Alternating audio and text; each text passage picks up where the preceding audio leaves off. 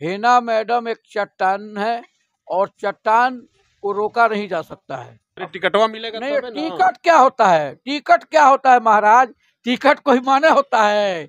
जनाधार माने होता है। आज जो विकास की गति, विकास की जो गाड़ी रुकी है, सीवान के लोग तराह रहे हैं, सीवान के लोग परेशान हो रहे हैं, चाहे वो स्वास्थ्य का मामला हो, चाहे शिक्षा का मामला हो। और देश की दूसरी झांसी की रानी सीवान लोकसभा की जो प्रत्याशी है ना साहब हैं, डॉक्टर मोहम्मद शहाबुद्दीन साहब, जब जब जेल के सलाखों में गए तब तक उनकी बढ़ोतरी हुई।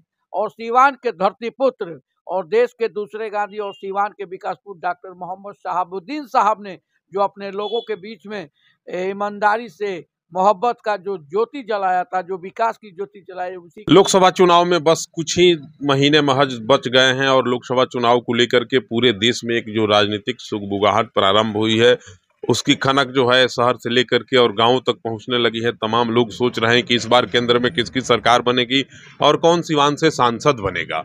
इसको लेकर के चर्चा करेंगे। आज मेरे साथ मौजूद हैं राष्ट्रीय जनता दल के बहुत पुराने और मजबूत स्तंभ, राजद के लिए अपने तन मन धन को निछावर करने वाले मिनी नेता उर्फ एहतसामुल हक सिद्दीकी जी, जो बढ़रिया इलाके से आते हैं और सीवान के राजद में इनकी बड़ी एक मजबूत पहचान है। राजद को लेकर के, राजद के मजबूती को लेकर के एहतसामुल हक सिद्दीकी साहब बाल्यकाल से ही लगे रहे और लगातार राजद को लेकर के संघर्ष करते रहे। इनके साथ आज मौजूद हैं और चर्चा करेंगे कि हिना मैडम को आखिर राजद इस बार टिकट देगा कि नहीं देगा। इन तमाम बिंदुओं पर चर्चा करेंगे। बहुत स्वागत, बहुत वंदन। आपके भी चैनल का स्वागत है, वंदन है, नंद है। और खास करके शंभू भाई, आपकी लंबी उम्र के लिए हम भगवान से हमेशा प्रार्थना करते हैं और करते रहेंगे। क्या चलेगा इस बार? देख रहे हैं कि अब कुछ महीने महज बच गए हैं लोकसभा चुनाव में और सीवान में अब तक क्लियर हुआ नहीं कि राष्ट्रीय जनता दल मैडम को टिकट देगा, हिना मैडम को, या फिर नहीं देगा।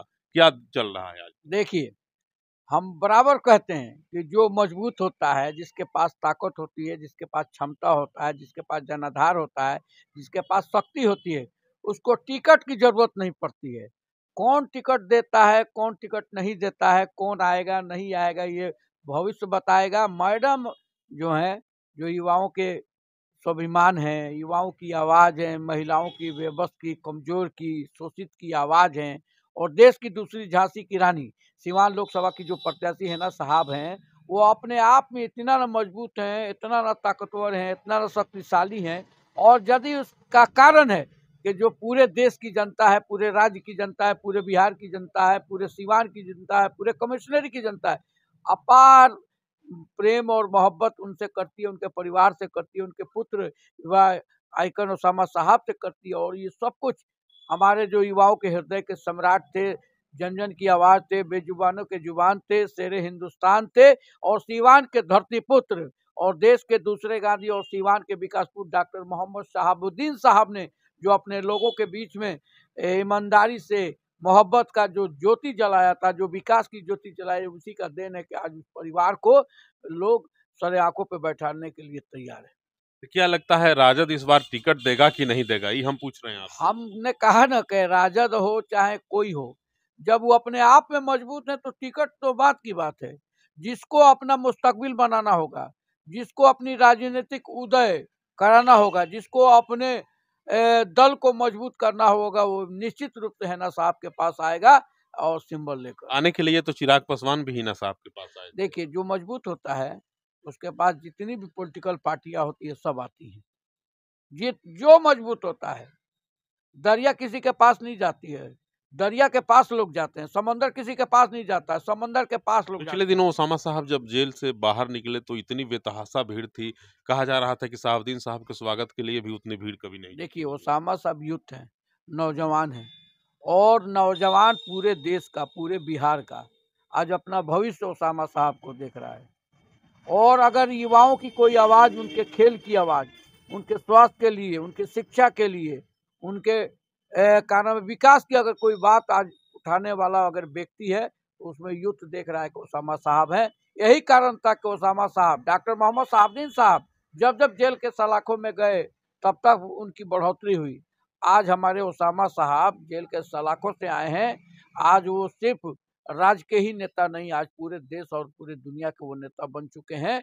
जेल में भी क्या नाम है, हमारे भगवान कृष्ण भी गए थे, और आज हमारे ओसामा साहब भी तो कृष्ण भगवान के अवतार से, कृष्ण भगवान के प्रकाश से पूरी दुनिया सुखी हुई। उसी तरह ओसामा साहब जेल के सलाखों से आए हैं, उनके प्रकाश से, उनके अच्छी सोच से, उनकी अच्छी नीति से, उनके अच्छे कारनामों से पूरे बिहार का मान और सम्मान बढ़ेगा, देश का मान और सम्मान बढ़ेगा। चलिए अयोध्या चलते हैं, चलेंगे ना अयोध्या? बिल्कुल बिल्कुल। कहा जा रहा है कि बिहार के एक बड़े राजनेता हैं, उनका कहना है कि भगवान राम मेरे सपने में आए थे और कह रहे थे कि मैं 22 तारीख को अयोध्या नहीं आऊंगा क्योंकि भाजपा वाले हमको बदनाम कर रहे हैं। देखिए, पुरुषोत्तम राम जी, पुरुषोत्तम राम के नाम पे राजनीति जो हो रही है भारतीय जनता पार्टी, अयोध्या हर हिंदुस्तानी के, हर धर्म, हर मजहब, हर समाज के लोगों में अल्लाह ईश्वर बसता है, राम सभी समाज के लोगों में बसता है। कोई जरूरी नहीं है कि हम अयोध्या ही जाके अपने मन में राम को बसाएंगे। राम को हमको याद करना होगा तो अपने घर में भी, अपने जवार में भी, अपने जिला में भी हम राम को रह के बसाएंगे और उनकी आराधना करेंगे। निश्चित राम जी हमारी आराधना को पूरा करेंगे। राजद के कुछ नेताओं को सपने में भी भगवान आके दर्शन देने लगे हैं।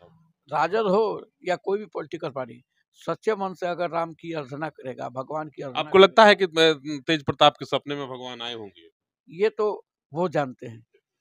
हो सकता है कि तेज प्रताप जी का नाम है, कृष्ण के मानने वाले हैं, हो सकता है कि उन्होंने राम जी की आराधना की हो, सच्चे मन से आ भी सकते हैं। राम और भगवान तो का नाम है ईश्वर अल्लाह तो अपने उन लोगों के पास जाता ही है निश्चित रूप से, अगर बढ़िया। तेजस्वी जी कह रहे हैं कि मंदिर बनाने से क्या फायदा है, अस्पताल बनता, विद्यालय बनता तो लाभ मिलता। देखिए, ये बात सही है कि मंदिर और मस्जिद की जो झगड़े में हमारा देश आज फंसा हुआ है, हमें इस देश को चाहिए स्वास्थ्य, हमें इस देश में चाहिए शिक्षा, हमें इस देश में चाहिए का नाम है खेल, हमें इस देश में चाहिए विकास, हमें इस देश में चाहिए उन्नति, हमें इस देश में चाहिए कल कारखाना। और यदि अगर मंदिर बनाना है तो पुरुषोत्तम राम की मंदिर अपने दिलों में बनाइए, अपने आत्मा के अंदर पुरुषोत्तम राम की सोच को पैदा कीजिए। पुरुषोत्तम राम ने जो सच्चाई के लिए लड़ने का काम किया, उस सच्चाई के लिए आप लड़िए, तभी आप पुरुषोत्तम राम के आप मानने वाले। आप कह रहे हैं कि भाजपा राजनीति कर रही है मंदिर? बिल्कुल बिल्कुल। आप बताइए कि बाबा साहब के संविधान में ये थोड़ी है, बाबा साहब के संविधान में लिख दिया था कि जितनी पॉलिटिकल पार्टियां हैं वो धर्म के नाम पे राजनीति करें, जात के नाम पे राजनीति करें। आज जितनी भी पॉलिटिकल पार्टियां हैं, कहीं जात के नाम पे राजनीति करती हैं, कहीं क्षेत्रीयवाद के नाम पे राजनीति करती हैं, कहीं बैकवर्ड फॉरवर्ड के नाम पे करती है, और भारतीय जनता पार्टी हिंदू। हिना मैडम को अगर टिकट नहीं मिलता है तो इस बार क्या करेंगे आप लोग? मैडम इंडिपेंडेंट लड़ेंगे या फिर किसी दल का सहारा? देखिए, हिना मैडम एक चट्टान है और चट्टान को रोका नहीं जा सकता है। चट्टान जब चलता है तो जितने मवाली हैं, जितने भ्रष्टाचारी हैं, जितने दुष्टाचारी हैं, वो अपने आप रास्ता खत्म कर देते हैं और नहीं तो चट्टान के नीचे दब जाते हैं। आने वाले समय में निश्चित रूप से हिना साहब चुनाव लड़ेंगी और सीवान की जनता। अरे टिकटवा मिलेगा नहीं, तबे ना। टिकट क्या होता है? टिकट क्या होता है महाराज? टिकट कोई माने होता है, जनाधार माने होता है, समर्थक माने होता है, टिकट कोई माने नहीं होता है। जनाधार जिसका है वही टिकट है। मैंने बार बार कहा है कि हिना साहब जब चलती हैं तो काफला जो है वो रैली हो जाती है।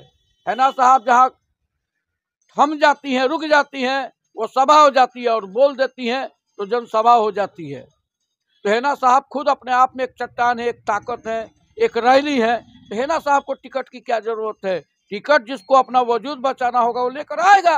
हिना साहब को सीवान की जो 28 लाख जनता है वो अपनी मन बना चुकी है। आज 15 साल के शासन काल में 10 साल हिंदू और मुसलमान, 10 साल में हिंदू मुसलमान बैकवर्ड फॉरवर्ड नीच ऊंच की राजनीति करके, पैर छू कर, प्रणाम करके, गलत तरीकों से आपके बड़े भाई हमारे आदरणीय सम्मानित ओम प्रकाश जी ने जो राजनीतिक दिशा दशा को तय किया, कहाँ विकास हुआ? आज जो नरेंद्र मोदी के नाम पे कविता जी ने चुनाव को जीतने का काम किया, आज कहाँ विकास हुआ? पूरब से पश्चिम, उत्तर से दक्षिण तक सीवान का विकास नहीं हुआ। आज जो विकास की गति, विकास की जो गाड़ी रुकी है, सीवान के लोग तराह रहे हैं, सीवान के लोग परेशान हो रहे हैं। चाहे वो स्वास्थ्य का मामला हो, चाहे शिक्षा का मामला हो, चाहे खेल का मामला हो, चाहे उन्नति का मामला हो, चाहे अमन चैन का मामला हो। आज इसीलिए सीवान की जनता ये जान चुकी है कि अगर पूरब से पश्चिम और उत्तर से दक्षिण, दरौधा से लेकर गुठनी और रघुनाथपुर से लेकर बड़हरिया तक अगर कोई विकास करने की क्षमता रखता है तो डॉक्टर मोहम्मद शहाबुद्दीन का परिवार है, हिना साहब है, ओसामा साहब है। इसलिए सीवान की जनता ये अब छलियों के बीच में, छलियों के फंसाए हुए में नहीं आएगी, छलियों के बहकाए में नहीं आएगी।